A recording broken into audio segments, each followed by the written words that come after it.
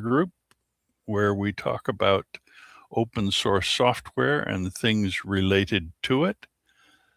We typically meet, and this is for a later discussion at the end of the meeting, so I don't forget. We typically have been meeting the first Thursday of every month, but there has been some discussion, which we might finalize today, to have it shifted to the second. This being one of those months when we were scheduled for the first Thursday, but moved to the second. Thank you very much. My wife and I enjoyed a nice time up in Booth Bay Harbor for our 60th wedding anniversary and came home happy. So at the end of the meeting, maybe we will take a moment to think about the possibility of having all of our meetings the second Thursday once, the discussion comes around to that. But otherwise, we are going to be talking about free open source software and related issues. The on-screen agenda for June 11th can be accessed directly if you use either the link showing here, HTTPS for the archive file. An upcoming meeting is today's. Or if you wanted to get that information by using your cell phone, you could take a photo with QR software built in to get to that same link. These two are equivalent. In addition to that, Dennis Payne has us live on YouTube for those who are not actually participating in the meeting, but following along live or later, which we are very grateful for, and wish you all a good Thursday afternoon and welcome. Now, the the people on screen at least don't appear to need the introductory slide talk. I've said what we do here, and nobody said, what's open source? So probably we don't have to redefine and talk about that information from a scratch perspective, and can begin the sequence of topics which are informal. So if you have something you want to bring up, don't hesitate to either use the Jitsi Meet hand option to raise your hand for recognition, or just turn your microphone on and we will hear what you have to say. It is generally considered the best practice to keep your microphone turned off so that we don't get random feedback.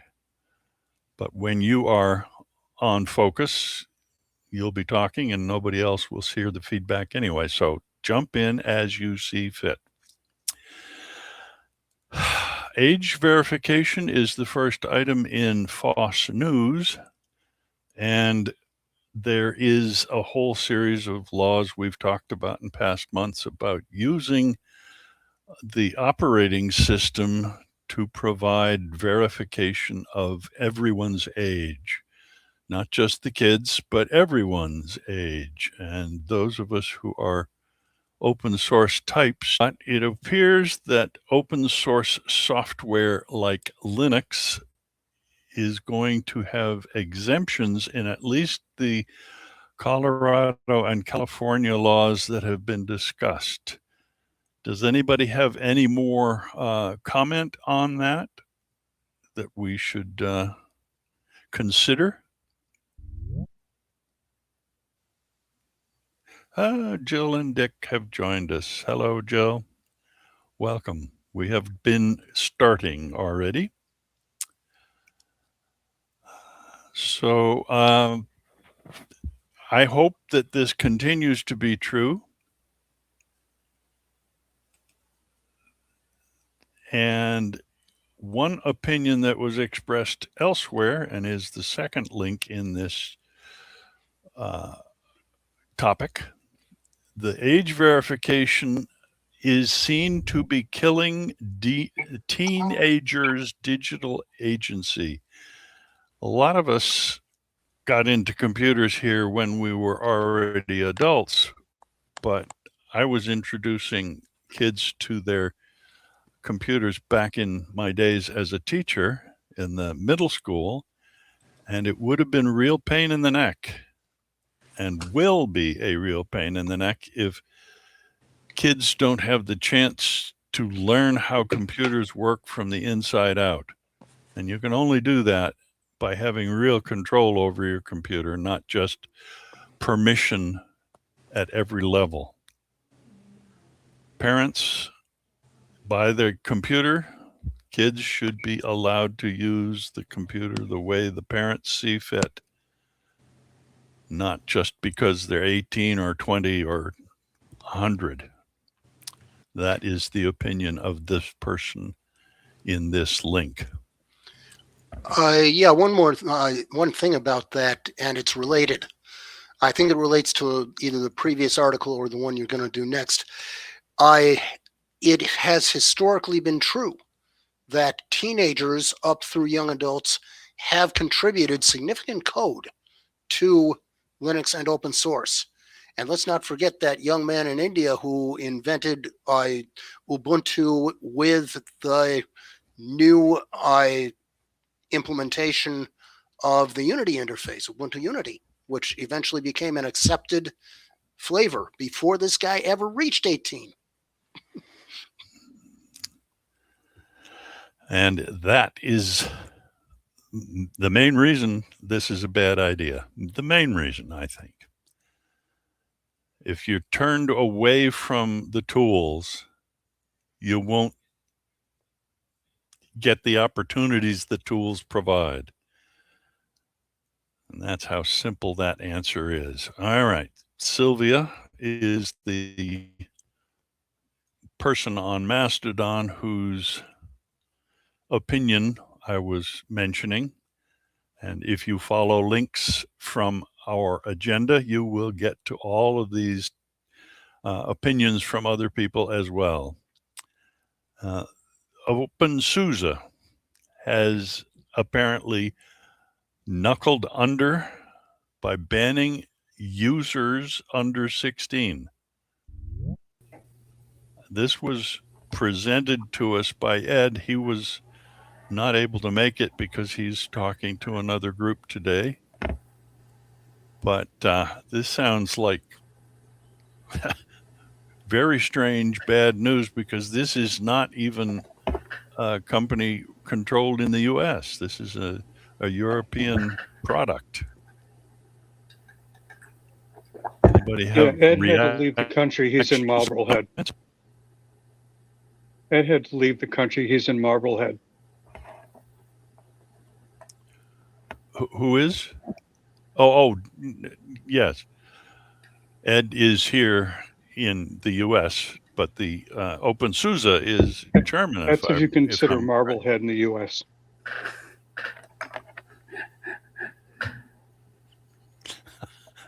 I think I missed that joke somehow. In any case, at any rate, the Libre Local Meetup Guide is a tool that has been developed by the Free Software Foundation. Those you know, it is located in Boston, although it doesn't have the same office space it once did. The Libre Local Meetup Guide is a Libre Planet project. Libre Planet is an annual conference, and they like to encourage people to have local meetups when possible, and have produced this nice guide, some of which we do anyway. Our current meetups are online, of course, but their goal is to get people interested in having groups like ours in all sorts of places around the world. If you've been to a Libre Planet, you probably enjoyed it as much as I did. It was a very great experience. I haven't been in the past couple of years, I must admit. but I enjoyed my times when I did go.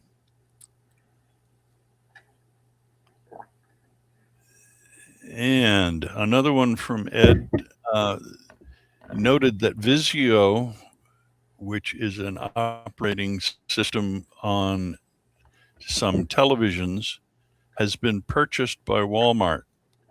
And that puts a new twist on the question that's been going on for quite a while about open source publishing. Vizio uses Linux as its support for its own operating system, but does not publish their modifications to it. And that has been in contention for quite a while by both the Free Software Foundation and other groups. And we're hearing some feedback. Might be Arnie. Can you mute yours, Arnie? Thank you. There we go. But does anybody have experience with a Vizio TV? Nope, apparently not. Okay. Ed's not with us, so we'll carry on. Algot, your screen is being shared, but it went black. Oh, not again. It's back on. You got it. Oh, good. I didn't do a thing. The topics move on. FOSS News. Anybody have one we did not hit before I abandon that and go on to the FOSS history? I'm seeing no hands. We have a virtual OS museum, which is an online source of dozens, hundreds of operating systems from the past, not exactly known in many cases as open source when they were around, but by doing all of these, people have made it possible in emulation to resurrect or maintain or carry these concepts of operating systems from the past into our present day. Looking at the kind of computers that most of us have experience with, this group across the middle of the screen here, there are CP/M variants, Apple II operating system, the Commodore 8-bit machines, Atari, MSX, Tandy TRS-80. Many of us were fans of that, BBC Micro, etc., etc. So if you have an interest in exploring the past, this site might be a great place to start. I don't need to explore the old ones, don't have the time anymore, but I thought this was a fascinating resource that everybody should know about.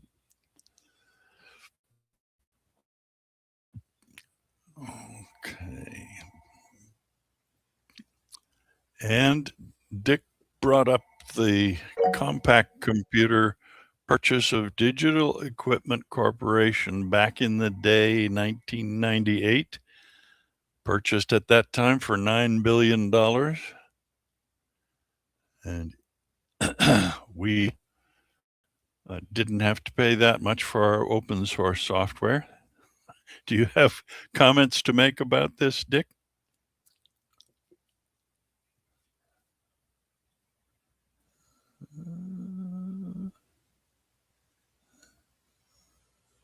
I do. Okay, Jerry? Yeah, I worked mostly as a contractor. I worked for a long time for Digital. And I was at Digital at the time Compaq bought them. I was not happy about it. A lot of people, internal people weren't. But I also worked again, contract for Compact at another group later on. So I have a lot of experience working. I was there when HP bought Compact. So I got all the thing. Did the software actually move forward into any of Compaq or HP products, or was it just purchased for the intellectual property? Open VMS was very popular and made it through into HP. Was it Digital used? unit. Was it Digital, used for the mini computers of the time, or were they trying to bring it into the PCs? no, they never brought it VMS into the PCs, as to my knowledge. But VMS was very popular up through that time. I haven't followed up on it because I wasn't a fan of VMS, even though I had used it for a long time. But if you look at VMS and look at the initials, if you just add one to it, it's WNT is VMS.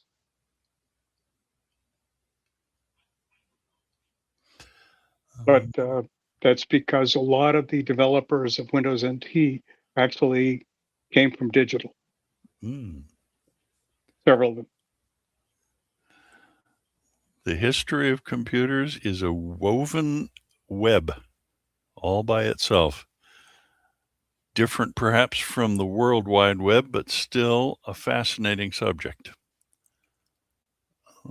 Okay. FOSS history. Anybody else have something for that topic not mentioned in this agenda?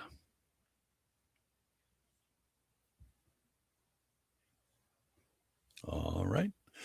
On to hot software. Oh, I hear a hand went up. That is Jill. Mic on? Not hearing you, Jill.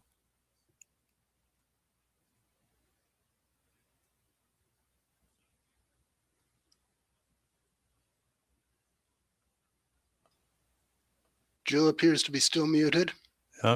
Maybe unmute Dick's computer is maybe the microphone you're using. No, I Oh. got it. It was the setting in my computer.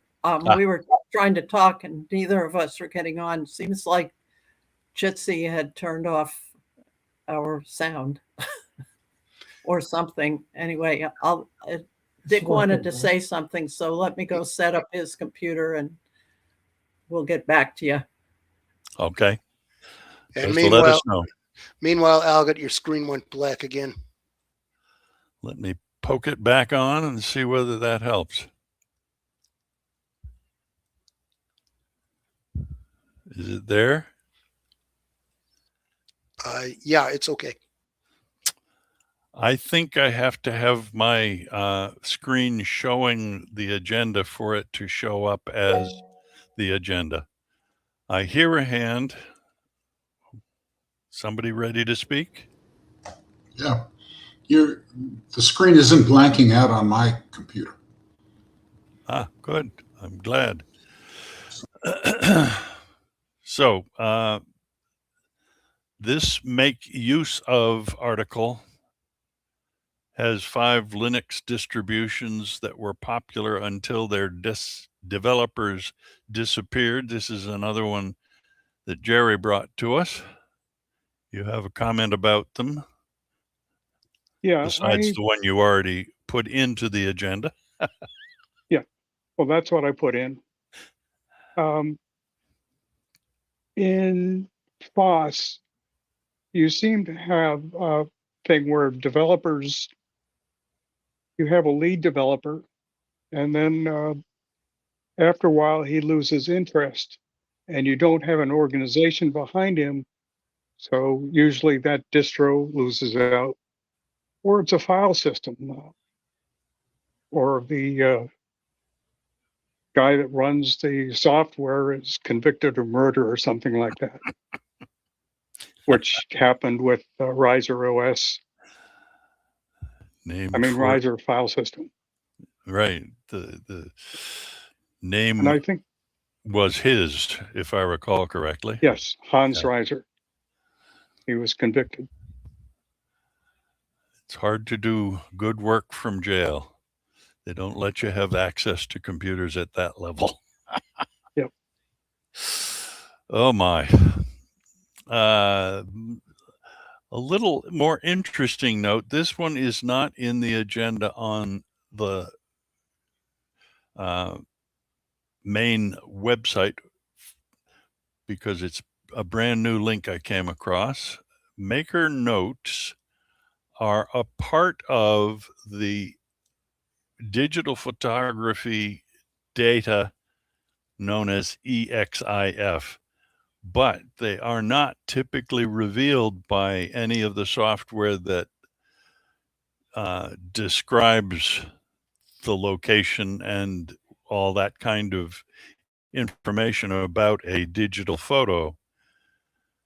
They do exist, though, and most camera manufacturers apparently do have software that can both write and access that software. This link from Kenneth Springer describes what's available, and although this is probably illegible on screen because it's terrible contrast, the specification says that at some location here with the hex number 927C, the tag makes note that it is known as Maker Note and contains all sorts of other information that he was able to worm out by methods that he describes in the article.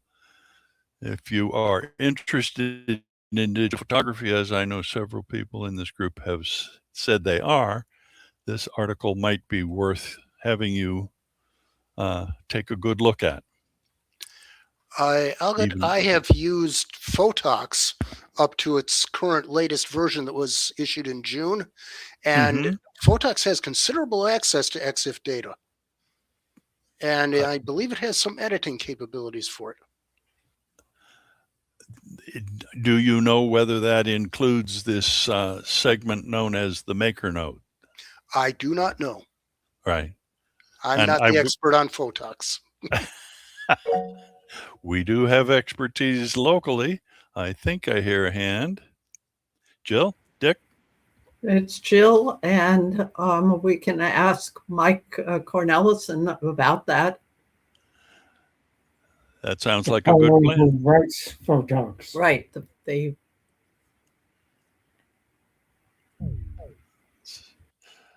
All right.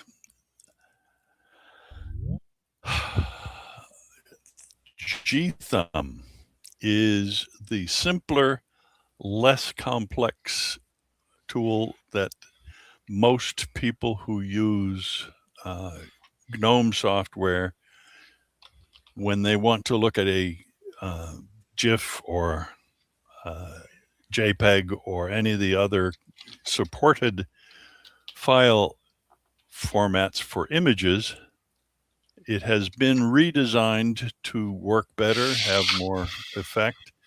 And those, again, who are users of GNOME might want to spend some time reviewing that article. I don't think it's current in terms of everybody available, but it's in the pipeline at least. Mark? I use GThumb quite often. And one thing that confuses people is it's not only an image viewer, but you can actually do some image editing with it. Simple things like crops, color correction, saturation changes. You can also go in and edit some of the EXIF data. It has a title field that you can fill in that most online galleries read successfully. and its comments field usually maps out to the description field. Even though I'm a KDE user primarily, I always install gthumb, and that's my go-to simple editor for posting things to the web and stuff. It's a very good tool. And that's what's nice about using the open source available tools. Each one has features that work for us rather than against us. And we might not know what those features are without the help of one another talking about it. And that's, I think, one of the main benefits of having this group meet monthly. We get to share our expertise, or at least our opinions about things in the open source software world. Thank you. Thank you, Mark. Which does not diminish other projects from being appreciated as well. Dennis. Are you sure gthumb is the image viewer? On my Fedora desktop, when I load up an image, it runs what's called image viewer. And gthumb is a separate program. That I don't know. I'm not a GNOME user. Perhaps gthumb is version 2 or something. Mark? You may need to change the default application setting in Fedora to run gthumb if that's installed on your system.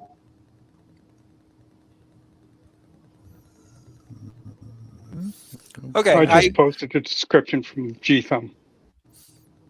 Yeah, I use it for importing in images from my camera and sorting through them and that sort of thing. As opposed to image viewer. Yeah. Ah. Cool. All right. Linux. Yes, go ahead, Bob. Your screen has gone, your shared screen has gone black for me again. Well, I'm back poking it. There, it's okay. Must And it's back. It must disappear because I'm not looking at it myself when I'm looking at the screen of people. I do not have two monitors. I'm just using the laptop in front of me. Your AI. And this next one is a Linux Mint monthly news from a link provided by Dick Miller. The text is not Dick's text. It's from the Linux Mint monthly news, I guess. Yes. Oh, Somebody's feedback. Yeah, we'll try it on my computer. Okay, good. Are you going to talk? on yours. On mine, yes. Okay. First of all, hello. We got here a little late, and what's more, I'm flying half blind. I was at the optometrist, Ophthalmologist. not the ultimate optimal, but anyway, I have my eyes still dilated, so everything's so bright I can't see it. So bear with us, we're in shock. You've got most of the article here. I'll just give you a quick little depth on it. Linux Mint is very popular, and it's built upon Ubuntu operating system, which in turn is built upon Debian. And they've made a decision after going both ways for a while that they ought to really get loose from Ubuntu, not because it hasn't been good and it hasn't been high quality, but because they're now both pioneering in some directions that step on each other's toes. So it would be better if once Mint is released, Ubuntu could pick from the released version and vice versa. And they decided sometime in December, probably late December, is their goal for when they make that severing of one part of their raw material. And it's Mint is being revised extensively in the meantime. And this is telling you how, if you're interested, you can try those interim versions and report back and suggest, or you can stay the hell out of them by going to the other set that they're making available. So if you're playing with Mint for the next few months, this is going to be important information. Otherwise, you can ignore it. And we'll see how much it helps. I think that's it for that one. Thank you, Dick.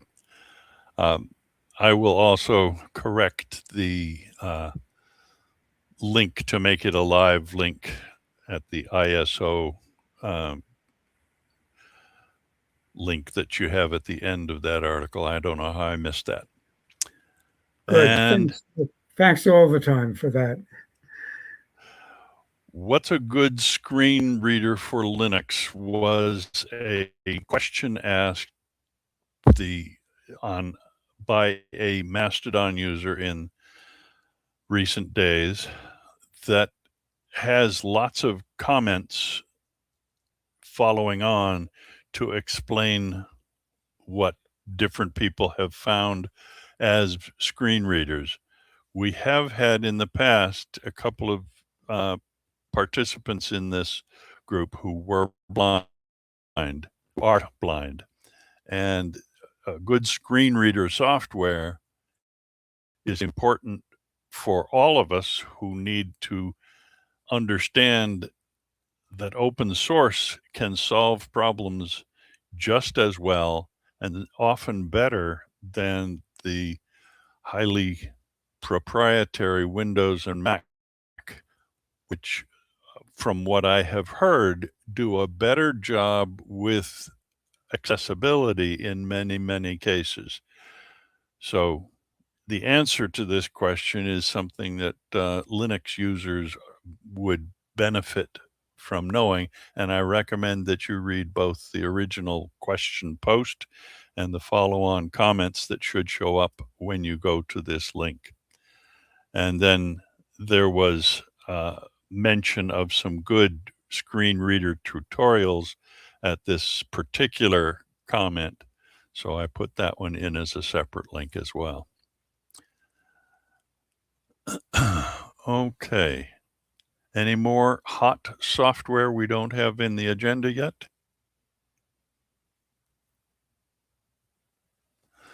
Then I suppose we're ready to go on to talk about hardware.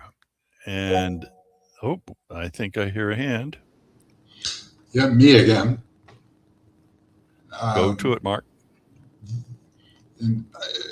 Talking about software and image editors, I've settled into Darktable many years ago on Linux and have been using it quite heavily. And in the next week, there should be a new version release. So if you're looking for some image editing software, that's one to look at. Flatpak will come out first, most likely, then the app image, and then the distros will pick it up and package it. And another interesting image processor is Rapid Raw, which is developed by a young, I think he's an 18-year-old kid, and he's done a bang-up job with this thing. It's really something to look at. If you're curious someday, give it a peek if you're shooting raw images.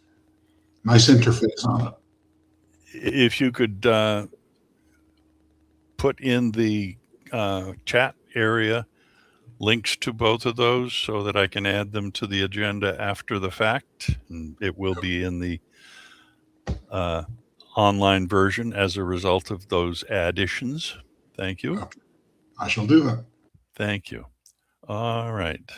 Before my share goes blank, let me get back to it.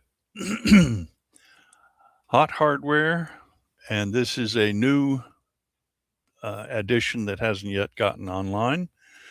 The iFixit people are a repair group, very much involved in the process of explaining how things work at a physical level by taking things apart and showing how to repair what's possible to repair in a lot of our technology.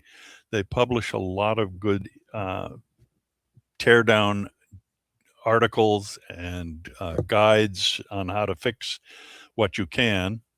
Turns out that they got a hold of a Trump phone and found out that it isn't something all that unique, that it's a repainted HTC U24 Pro. And I don't have much knowledge about that particular cell phone, but I'm pretty sure that it's made in China like all the other HTCs. Something that maybe is an issue with that phone. I don't know. But more positive news is that CERN, the European nuclear source of the World Wide Web software, has also released all their hardware designs for circuit boards that they have used in their research using a kind of software known as KiCad, and that's an open source software piece. And if you are a hardware tinkerer, you want to work with things that are well designed by the people at CERN, all their libraries for making those circuit boards are available as open source. I think that's, again, one of the spirits that makes this open source concept so powerful. It's the reason that the World Wide Web was actually organized by the originator who worked at CERN at the time, and I'm losing his name. Someone will mention it.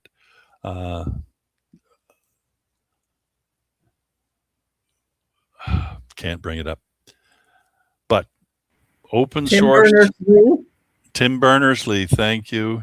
He worked at CERN at the time when he wrote the very first HTTP server software and said, how about if all science were available all levels all the time by just having published availability on the internet? That has happened, but not nearly to the level that he originally hoped it would. Too much of our online stuff is now boring and proprietary and too commercial. But anyway, this is keeping the original spirit open as far as I can see. I know nothing about robot pizza, but Ed, again, brought an article up in the discussion email list. And if anybody in this group listening or participating today has not signed up for our discussion list, you might want to. Ed and others frequently post links and make discussion comments during the month that don't get into an agenda. And I pulled this particular one out of the discussion email list so that I would remind myself to mention that you probably would benefit from joining that group. Go to our homepage and it will, there about halfway down, show you how to sign up. Let me go and just show you what I mean. A bookmark. By the way, as far as that discussion list goes, I have a Yahoo webmail account, and I can't receive anything from there.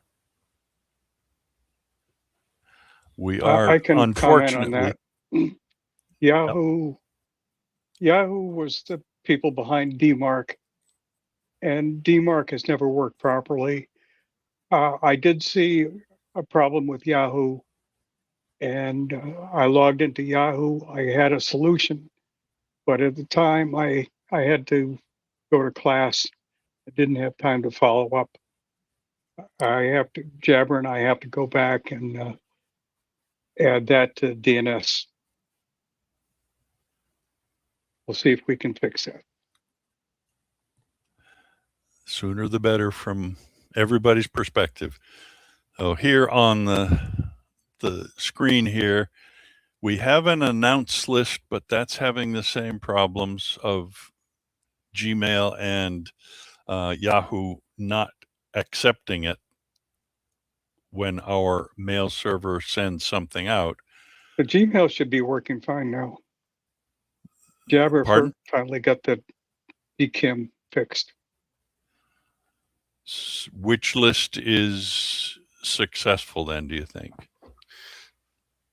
Well, Well, what Jerry's saying, and I've experienced, is that for Gmail it's fine, but for Yahoo we still have a few more kinks to hammer out. Okay.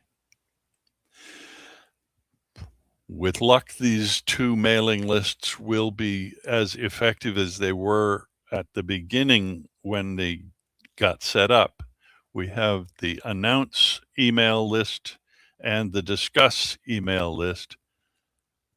The directions for signing up to be a part of the discuss list generally expect that you would already have asked to be part of the announcement list. So if you haven't yet done that, email me at the address shown on the screen and I will get you added to the announce list. But then also do sign up by following the link to sign up for a discuss list. And you will then be able to send messages back and forth by addressing discuss@NatickFOSS.org. My understanding is you do not succeed unless you have signed up. This is a mailing list that only accepts accounts that are active. So you can't just send it to discuss without having signed up first. So glad that that came up and we got the chance to talk about it. All right. I don't want to go back there. I want to switch to here. Got it. Okay, that was a hardware that got into email, but we now have Temu finds from Dick Miller, who's going to tell us something about some very inexpensive products he has experienced. Say something. This is a three-part story. First, the toy store for all of us is Temu.com. T-E-M-U is up there. And we hesitated quite a while before we took a look. The hesitation is probably the logical first result for all of us. It's based in China. Well, we're based in the US and we probably look worse to them right now than they look to us. But we took a while and then we gave it a try and we've had a wonderful time on it. I will give you some examples, but that will be the second part of the story. So the first part is, do you even want to know about Temu.com? You have to wrestle with that question on several levels. We find that there's some problem with what I'll call Chinglish. Most of it, the translation works very well. or they have people who sit in the middle and do it. They have a lot of vendors who have warehouses in the United States, and they have a lot of United States vendors that are hopping on, as they did earlier with eBay and such. So it's kind of the same blur you have with the other main online stores, with a few other interesting features. I think they have more AI running just to handle questions, answers, what corner it goes to, and what language they translate with. They have more of that than most that I'm familiar with. But in general, it works smoothly. Our feeling at this time is always watch your tail feathers with any of these. It's their vendors you have to worry about, usually a couple of oddballs. And we'll talk about that in a bit. Okay, so if you dare to log in and take a look, you'll find two things that are marvelous. One is a wider selection, often including a lot of items you can't yet get through the US vendors. This is where they're buying them. And you can do the same thing. The price is cheaper by the 100, of course. And I think if you buy 200 or 300, they'll put your name on most of the items. So you'll see the same item, but it has 8 different brand names, things like that. A little confusing until you understand what it's about. And through it, I've noticed that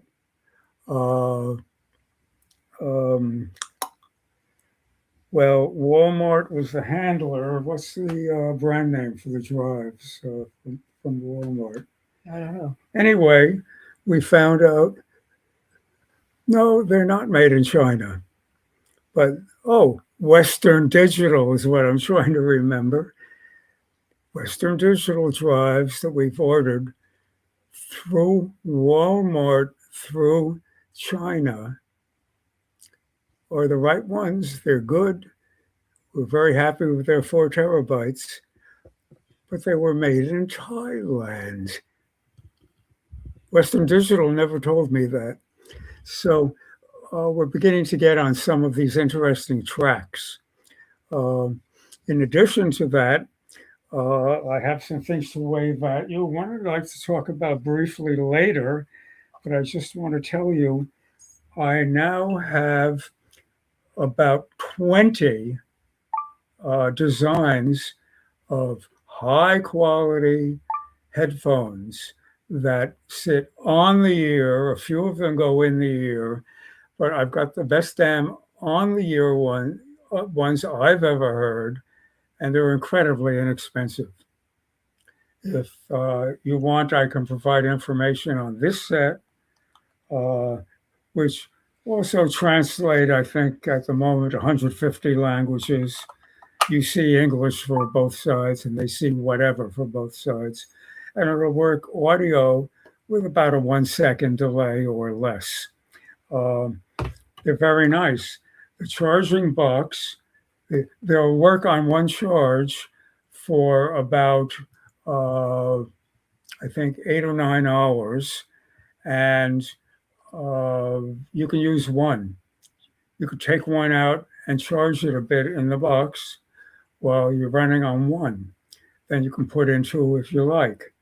I can hear the outside world fine while they're on, as long as they're not making loud noise, because they're not covering the ear hole. I can share them with you when you want to come over and try one, because they're not going in the ear. The earwax is not a problem on sampling them and going through a bunch. But most important of all, I am hearing classical concert music and other such things with more clarity and beauty beyond clarity than I've heard in many years. I'm 90 years old now, and for me, the highs are very hard for me to discern until I crank them up. this has 7 profiles delivered with it. And I go to the one for classical music, which has extra attention for the highs. I'm working on a project, and I'd like to talk about it this month or next, to turn these into hearing aids. Because we have hearing aids, I don't much like them, and our share of their cost with insurance was a mere, I think, $2,200 or $2,300. These guys probably send you information technical on them, which I like better, prettier pictures and explanations. And they're going to charge you $41 plus shipping handling. You can get them varying by the week for prices between $10 and $15, plus for the order you put together from Temu, $3 shipping handling. If you get more than $30 from the one vendor, they skip the shipping handling. You get it free. So the prices are just astonishing on many things. Others in our collection, this is my favorite right now. It's got 2 microphones on each earbud. It holds very well for waving your head around and whatnot, riding a bicycle with your head down. Or if you really want to make them solid, take your glasses off, put them on, and then put your glasses on over them. They're glued in solid. So that's been an issue on earbuds for us. No sizing of the plug. And you can hear people next to you that want to talk to you.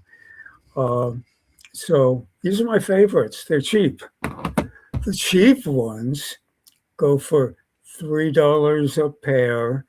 And if you pick the right time to order, free shipping. Amazing. This is not your average toy store. They've got good stuff. And once you learn how to work with it, in general, reliable. Other reliable items, I picked this one. Oh, you need It's a we lovely. need to share the screen, I think, for this. Well, No, are we doing not it if now? she's holding it up. Yeah, I think so. They have lots of T-shirts and mats for the floor and mats for your desk. This one has all the Linux terminal shortcuts on it. Price, I think it was about $5. Very nice mat and a zillion clues. Can you see any of the, can you read any of the text if I hold it this close? I can't, no, Okay. but that's Oh. okay. I'll send you a link where you can, or Beautiful. I'll take a photo of it myself. Can you see my T-shirt? Yes. Can you read the symbols on it? I'm not figuring them out. Right. I just said the symbols. Now, the big clue, Oh, that may not be visible here. can you see the bottom line of my belt? This is who said it. His name is Albert Einstein. Now, can you read it? No. In 10 seconds to 1 minute, everyone I've tried can read it. And this is a very interesting test of your own brain. But it's a $3 T-shirt through Temu. So that's part of what I'm talking about. This is the box those nice hearing aids came in. It looks very professional. There's just one catch. You can't find a brand name on it. This is the 4 terabyte drive I mentioned. This is its box. It looks just like all the others, a black thin rectangle, 2.5-inch internal hard drive. SSD. And SSD, right.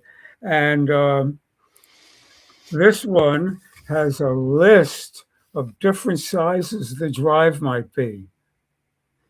And they get all the way up to a maximum of 2 terabytes. They haven't reprinted the box yet. But you can be sure it's perfect because of the popped on label on the outside. You're putting it over there, but they can see. Popped on label, see it? 4 terabytes.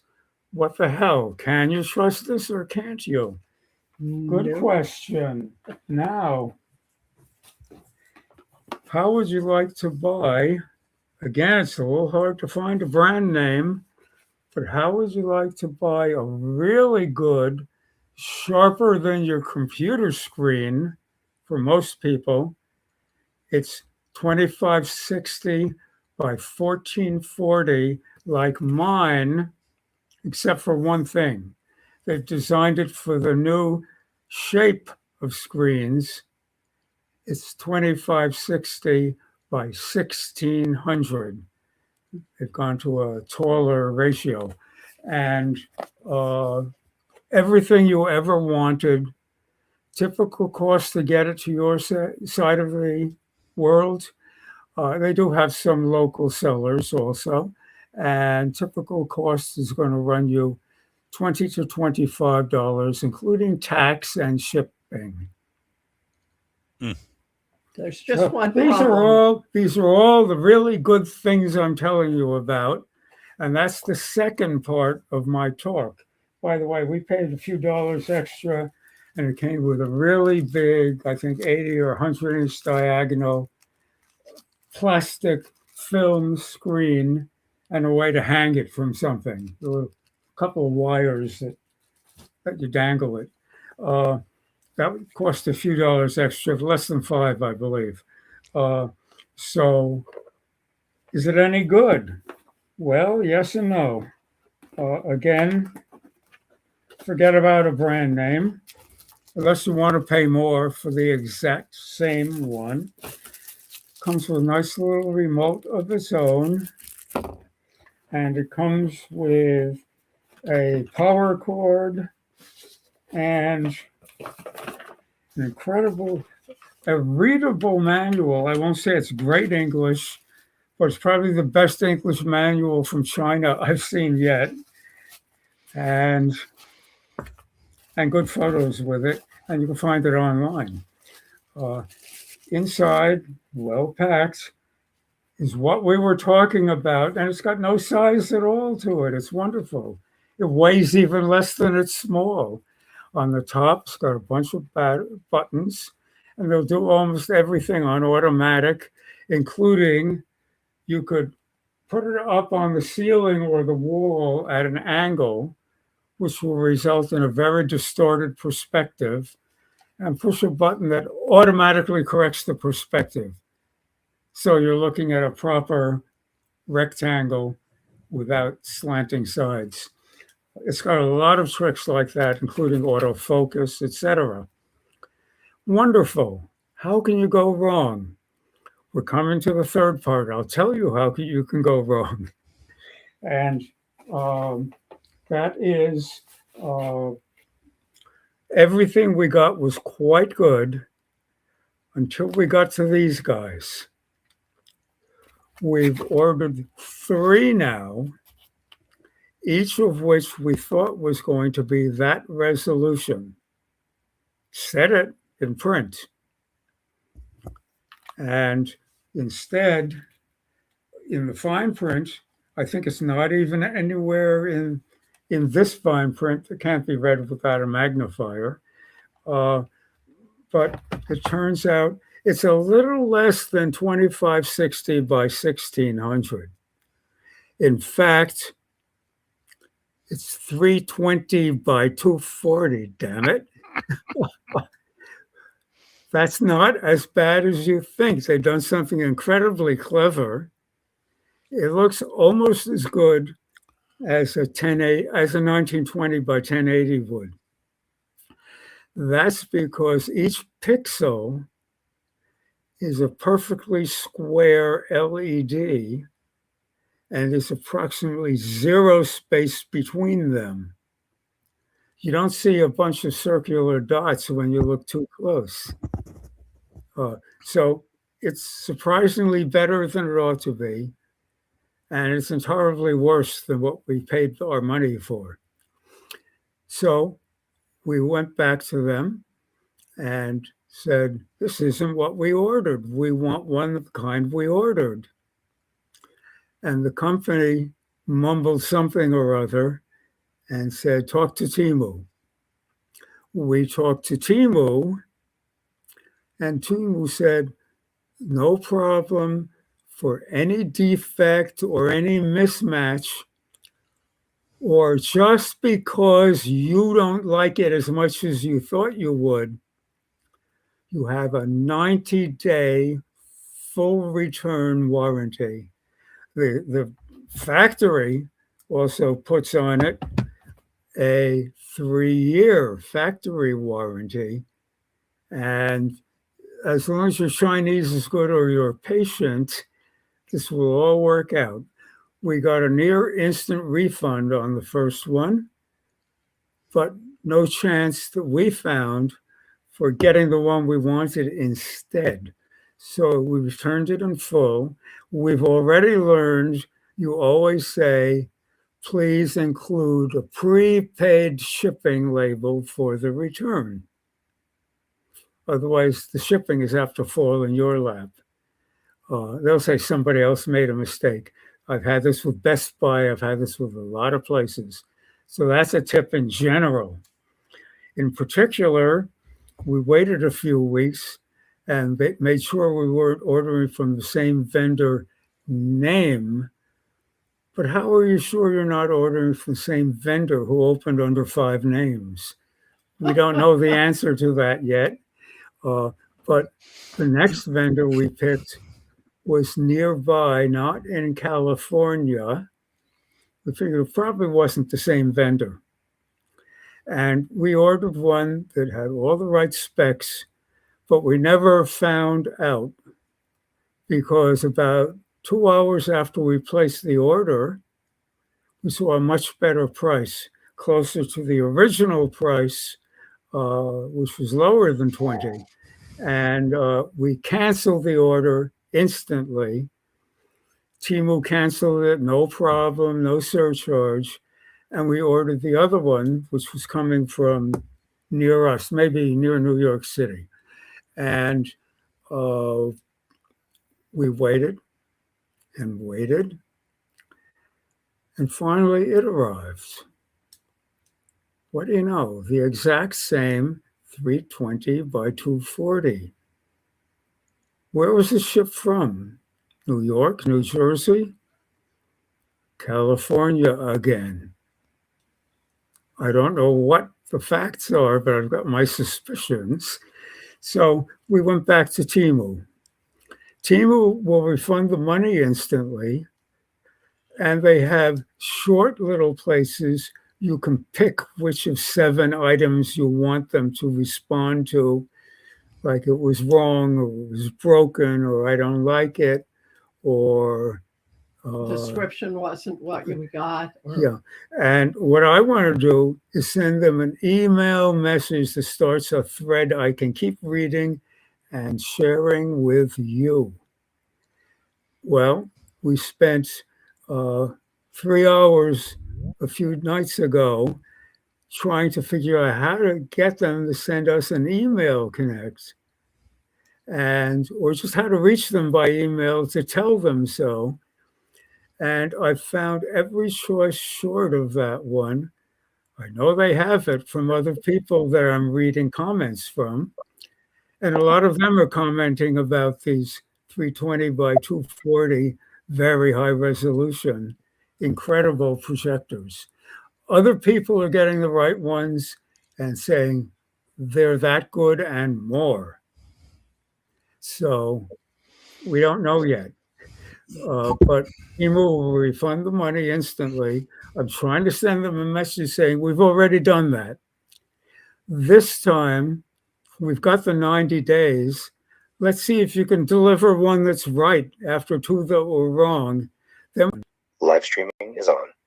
so in the Chinese that I've relearned in recent days, caveat emptor. Other than that, this is a place you want to go and see, and many of their things are wonderful. Last item on it, the $85 hard drive. Free shipping. US tax, something under $5, but probably $4. So it came very slowly. And we know that memory and SSDs are in huge demand by big country, big government, and big corporation projects for AI and other such bad stuff. So I'm guessing they had a huge order and had a punt. Then they said they had them again. Do we still want it? We said yes.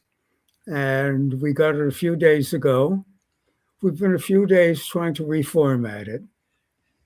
It said it was 4 terabyte. It had only one file on it, which Jill said was No, it had a something partition, a Windows something partition. with a so, Microsoft friendly Yeah. way to get aboard. so I put a partition on the rest of it and Left that one alone in and, case we needed and it. went to format it, and it gagged partway through.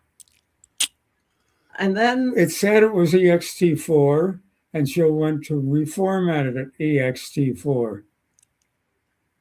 And then she put Ventoy on some of it. no, We I didn't didn't get put there. Ventoy on it. We didn't get that far. And then I said, well, let's see how much we can put on it, because it looked after, even though it said it had sort of gagged on it, it looked like it was okay. It had the right amount of size, etc.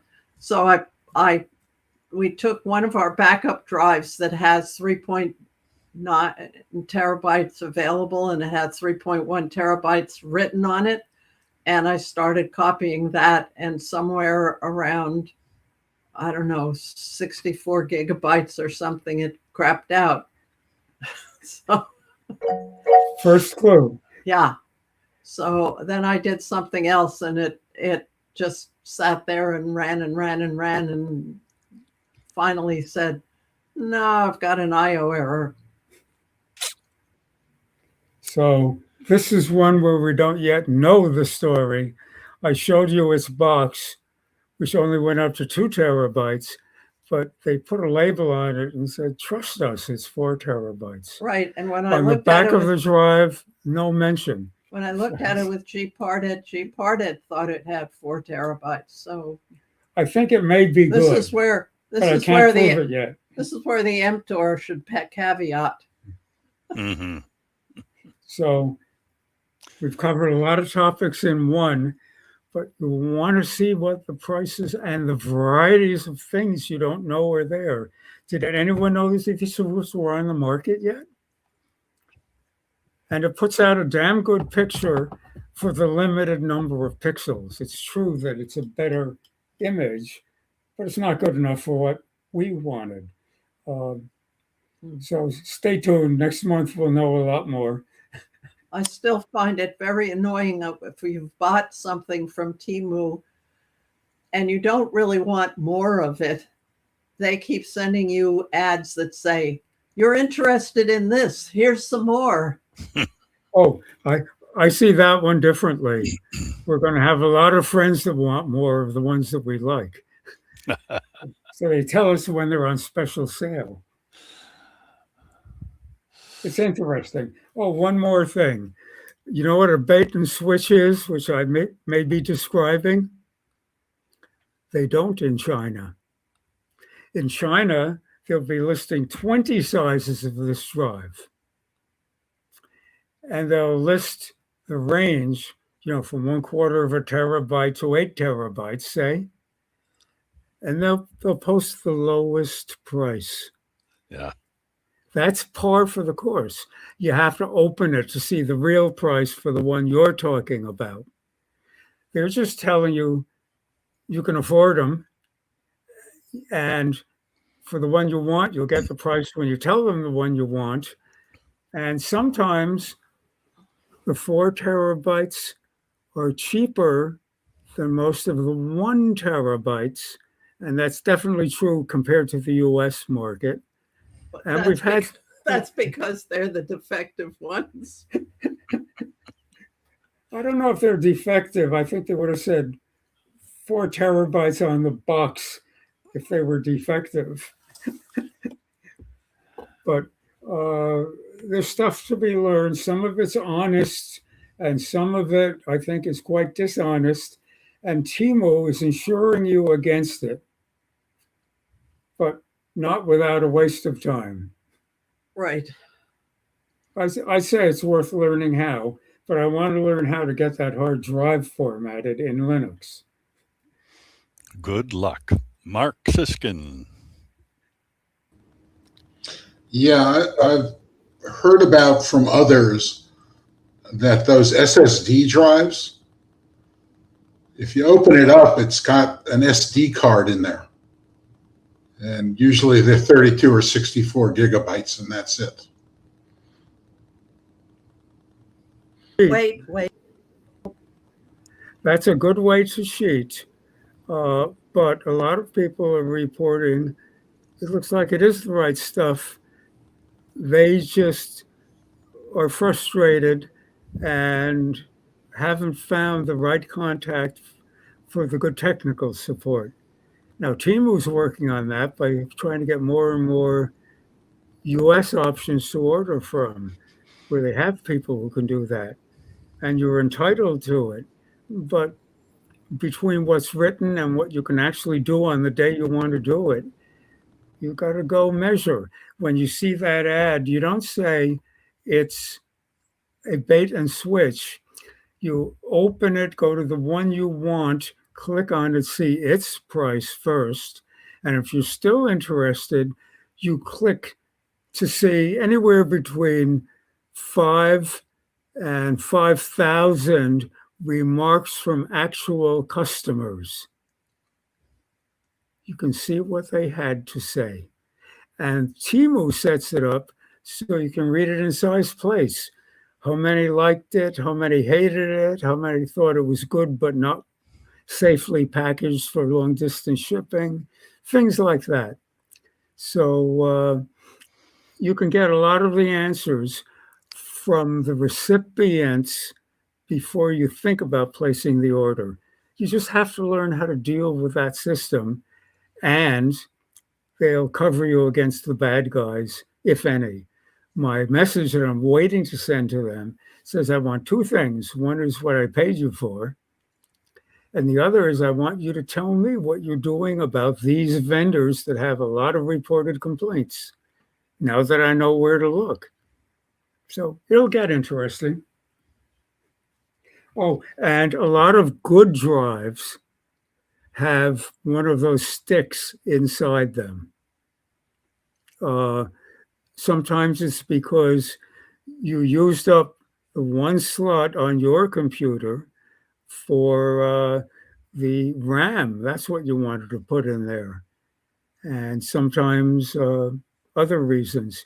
I have a computer where the RAM is running on one of these 4 terabyte drives. We ventoid part of it and put a bunch of different Linuxes and other stuff on that we can direct boot. And we put RAM on it and found we could run from that. That's interesting. You could have an external drive that probably hooks onto any computer and runs. Still learning. Always learning. Thank you, Dick. All right. Give my screen a second to come alive again. Everybody seeing the black screen still? No, you got the agenda. Okay, good. We'll move on to hot internet as we get into the second hour of our meeting. The DuckDuckGo website has an option of noai.duckduckgo.com. If you've been burned by the Google search, you might want to take a look at this one. Comes up saying no AI and lists that they have turned off the assisted answers, the generated images, and the feature suggestions. And if you want to add to your browser their no AI search extension, you can apparently do that as well. So if you put this link on your screen, you can, on a tab of your browser, you should be able to make a no artificial intelligence search. The options are available to you, but you can go without them. I think this is a pretty neat thing. Yes, hand went up. Tis me again. We've been using DuckDuckGo for a long time and like it very much. I believe when we first hooked onto it, maybe a year or more ago, it did not have AI and was proud of that fact. Then the others started getting fancier and fancier things they could do with the AI, and very reluctantly, DuckDuckGo came out with a button you could press if you wanted to enable it. This is different as I understand it. This is right down to the source code, a different version of it that won't accept AI. So it's different, but it's not different because they gave you the switch. On the other hand, I have to admit that sometimes the DuckDuckGo AI version comes up with a much quicker answer than I would have had to search for by going through multiple articles. So it's got some goods and some bads. Yeah, you can do wonderful things with AI. The trouble is other people can do wonderful things with AI to you. Okay. Hot Internet is brief this month. We don't always have a balance, but do what we can to give you what's available out there. If you have anything that you want to add, don't hesitate to send an email to me and I will add it to the agenda. We have several people in what we call the NatickFOSS board who have access to the agenda development wiki. But if you're not a member of the board, don't hesitate to offer suggested topics. We love to have a good level of participation from everybody. Getting into computer security, privacy, and freedom, turns out that the Canvas Learning Management System, LMS, has had a breach in their service, causing a whole bunch of problems with final exams and end of year planning at universities. You read this article as you see fit. It's not news anymore. It's just a fact of life that we get malware attacking us in the cloud just as much as malware attacks the local computer. There is a news item updating computer security and privacy and freedom. This is Dick's again, as are the other three. I think the links are tremendous. You can read them on other time. I think the experiments going on, the backfires, incredibly well documented. And I think we found a way to get all of you onto the Times Magazine for at least this article and some others. So I think the link will work for everyone. If it doesn't, I'd like to know. Mine asked me for email and a subscription when I went to the link. I don't remember which exactly it was. I I think think it we did was, not have to subscribe once we figured out how. And I think that's what we sent you. I'd like some comments as of today. Did you look today, Algot? I think it was this link at the artificial intelligence Yeah, set here. the New York Times one, right? Right. Yeah. And Did you I'll look at link it that. today? Because I changed it late yesterday, I think. Oh, you changed your I link? changed the link to one Oh, that maybe didn't make maybe you. it's corrected. Nope. And I put a bunch of it online so you could get started. Right.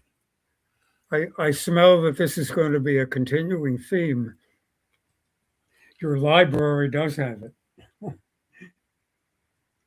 In any case, this is Well, up looks there. like to There it me. comes. No, but he scrolled down and it turned gray, and now it says create an account. That's fine. Scroll down. It works. Good. Nope. No? You can see Oh, my screen that's is where I now showing. began. That's where I began, but hopefully you're using yesterday's link from me, not today's, not last night's. I don't know which of the links I have.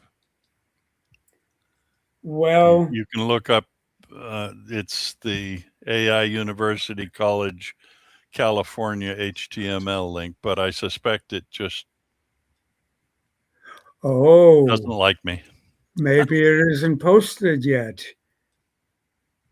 Well, give it another try after the meeting or tomorrow. He's doing it from the agenda, not more Oh. money is not wealth. Oh, and it's not working? Yeah. I'll have more to say tomorrow. Very good. Any updates will be put in the agenda after the close of the meeting. So don't worry that we can't get the job done immediately. So, analyzing the SSD activity is, again, something to read about in your own time where possible. The artificial intelligence segment brings to our attention a judge's decision to completely throw out both sides' arguments because both sides used large language model assistants to write their arguments presented to the court.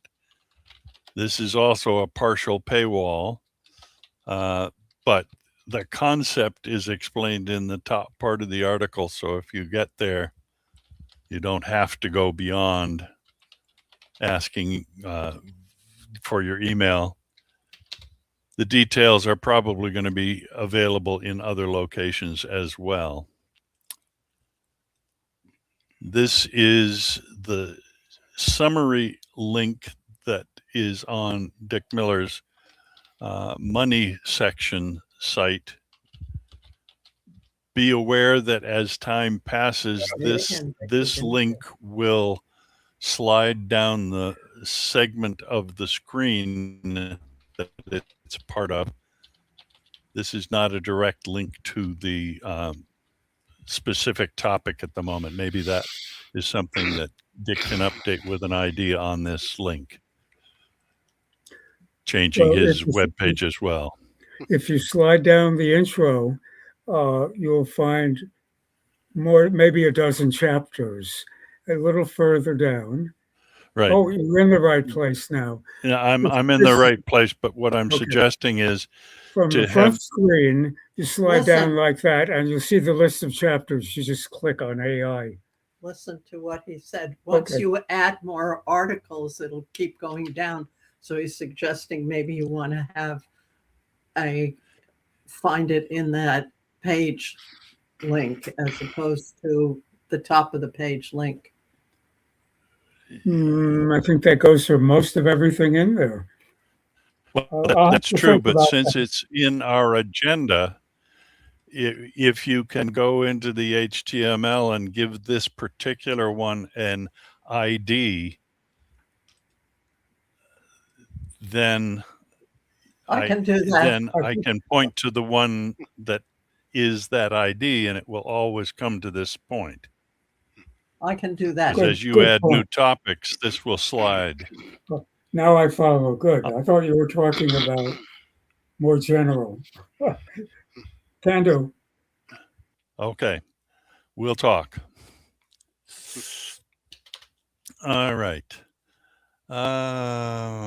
Reclaiming AI as a theoretical tool for cognitive science is a very well organized article about using AI for one of its original purposes, rather than for generating images that are fakes, or for generating articles that weren't human written, just blurring together the arguments of a dozen authors and calling it new stuff.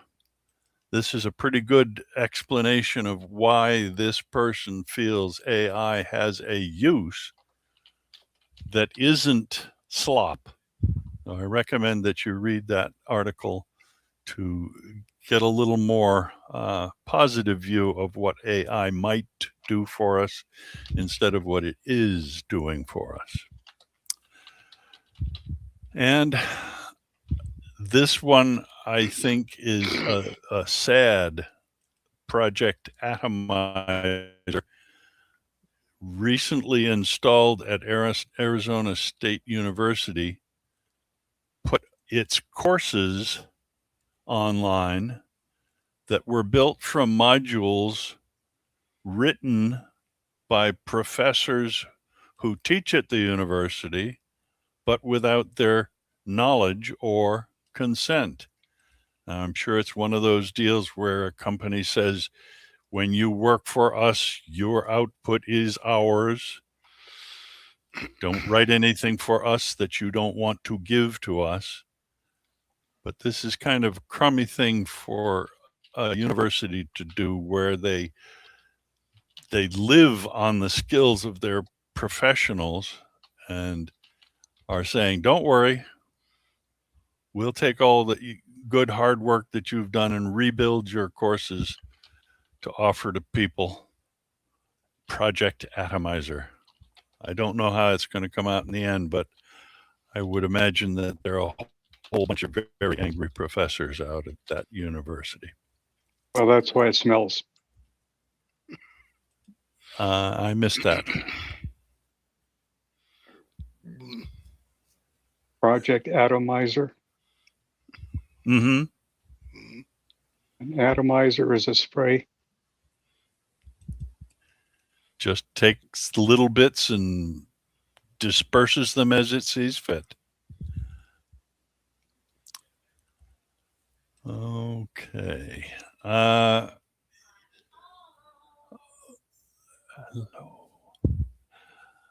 My granddaughter just came in from being afar, so she's going to get together with her folks and we'll talk later. Anyway, it turns out that there is an overhead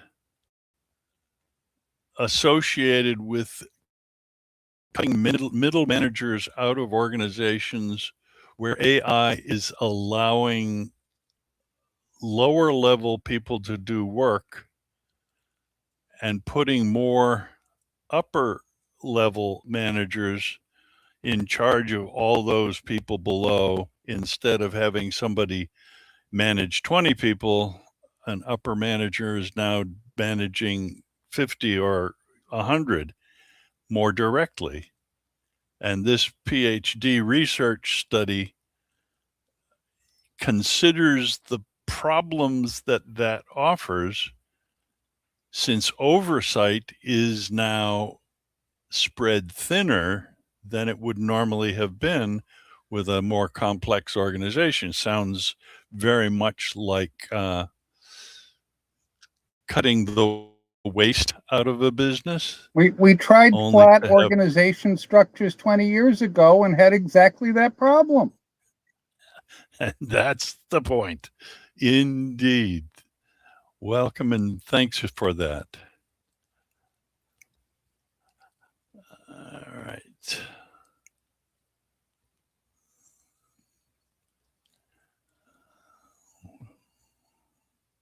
That's Bill. I hadn't seen your name on the screen before. Thank you. Yeah, I got in a little while ago. Welcome, welcome. Thank you. Thank And you.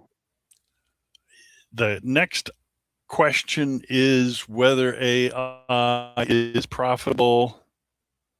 It's just a tracking site that's very much an automated thing, but it was cute to look at.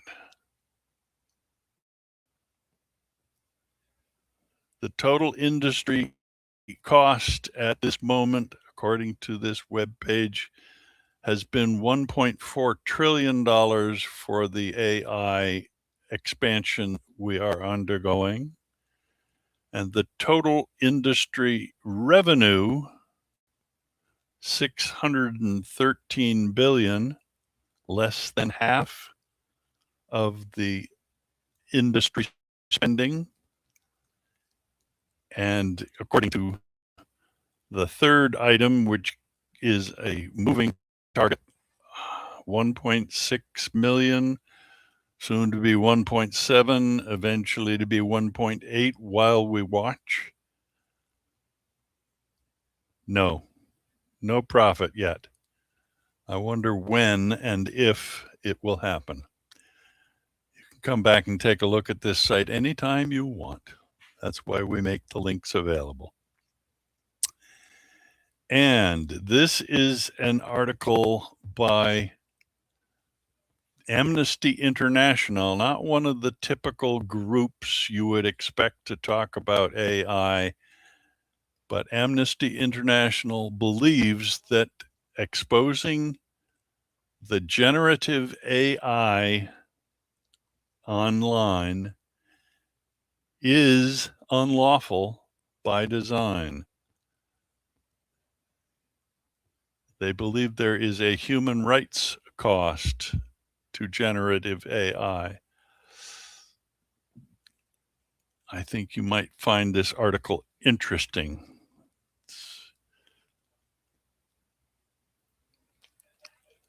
Okay. We have reached the question and answer period, and we have two that I need to address at least partially during the meeting here. GitLab is where our wiki for developing the agenda for each month has apparently embraced agentic AI. I'm not sure how that works. It hasn't shown it to be a problem for my work on the wiki. Has anybody else done enough with the wiki to see if it's objectionable?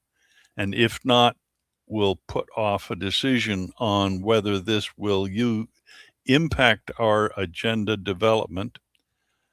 This is a person's reaction to the fact that GitLab has embraced the AI as agent AI. And the second question for discussion is whether, as a group, we could decide that the second Thursday of the month is a viable alternative to switching every once in a while from first to second, which we already do in 3 months.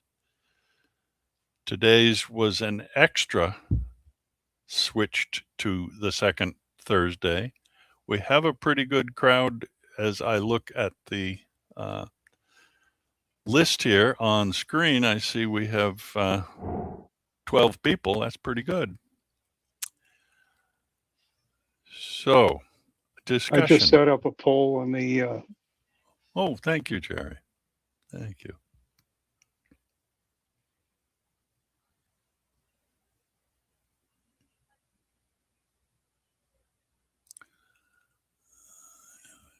Arnie, are you actually not hearing me?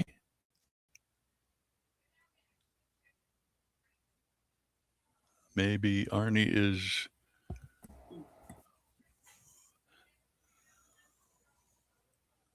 I'm not getting a response from Arnie. Arnie, can you hear me?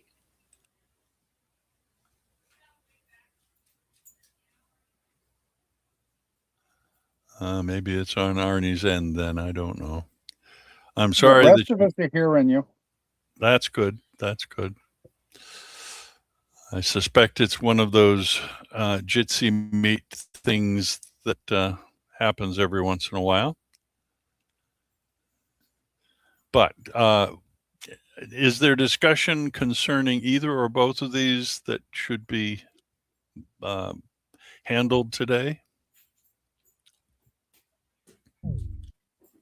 Or is this all to be put off to another time and we'll continue with first Thursdays? Jill, you have a comment? No, she pressed the button.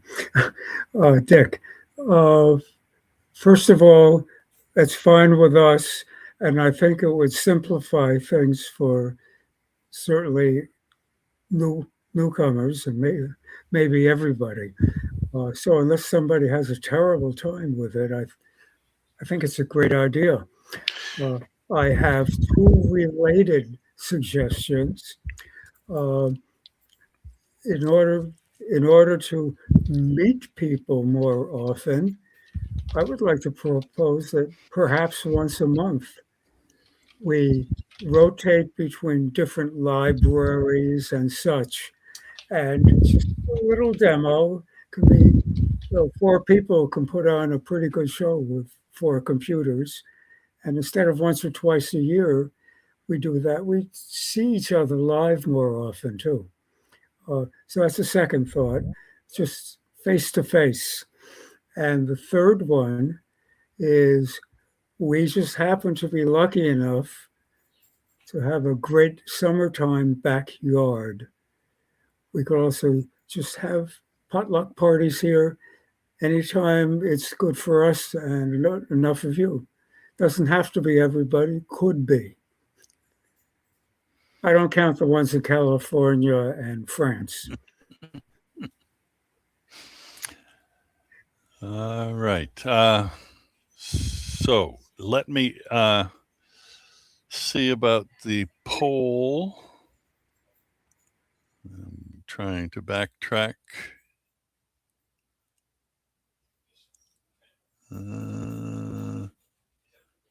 I don't see the poll on the chat. click on the poll column. There's a separate tab Top for right. poll. Oh, I see it. I don't see where that is. More actions. If you open chat, Oh, I see. It's that little there's a little eye in icon a up circle. there. Okay. Let us say yes. Right now, it's 100% yes. That's 5 Dick out of already 12. voiced. That's only 5 out of 12 who have chimed in at all. 6. That's 6 now. 6. Nobody has said no. That's interesting, at least. For me, it would be more convenient. Thursday is the second Thursday. Yeah, second Thursdays. First week of the Okay. month gets awfully crowded for me. It sounds as if nobody is strictly against it. Next month is July and was already a second Thursday month. So what I'm seeing suggests, oh, the number's climbing for yes. It's up to 8 now. People have been jumping aboard. People have found the pole. Yeah. Oh, good. 8 of 12 who are with us. And then you have to hit submit. Hmm? You have to hit submit, I guess, after you Yes, make a you do. selection. Yes. Yep.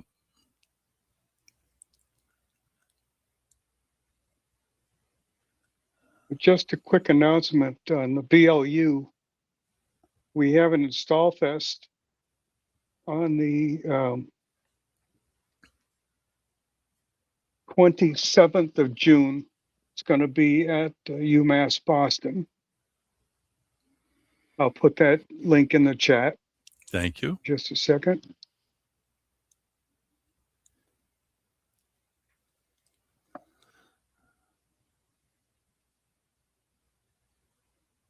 That's opposite Ham Radio Field Day. Can't have everything, I guess. We're up to 9 out of 12. Sounds reasonable then. All right. The August as a test will also then be on the second Thursday, and next month we're already second Thursday. So we'll see if things percolate along and everybody's happy. If nobody shows up in August, we'll know we made a mistake. But I'm sure that won't happen. I know you guys are faithful and friendly and very, very appropriately smart about how to use the free software and open source software that we come to love and rely on. So we are at 4:43 on my clock. I want to thank you all for being here to participate. With 12 people, I feel like we've not necessarily beaten our high, but matched it. I'm pretty sure we've had 12 before. This is a good turnout, and I really appreciate everybody's being present. I love to hear my own voice, but not when I'm all alone. I feel silly when I talk just to myself. So, thank you all for joining us here in June. Look forward to the second Thursday of July, which, as I look here, is the 9th of July. And also looking ahead, we'll see you on August the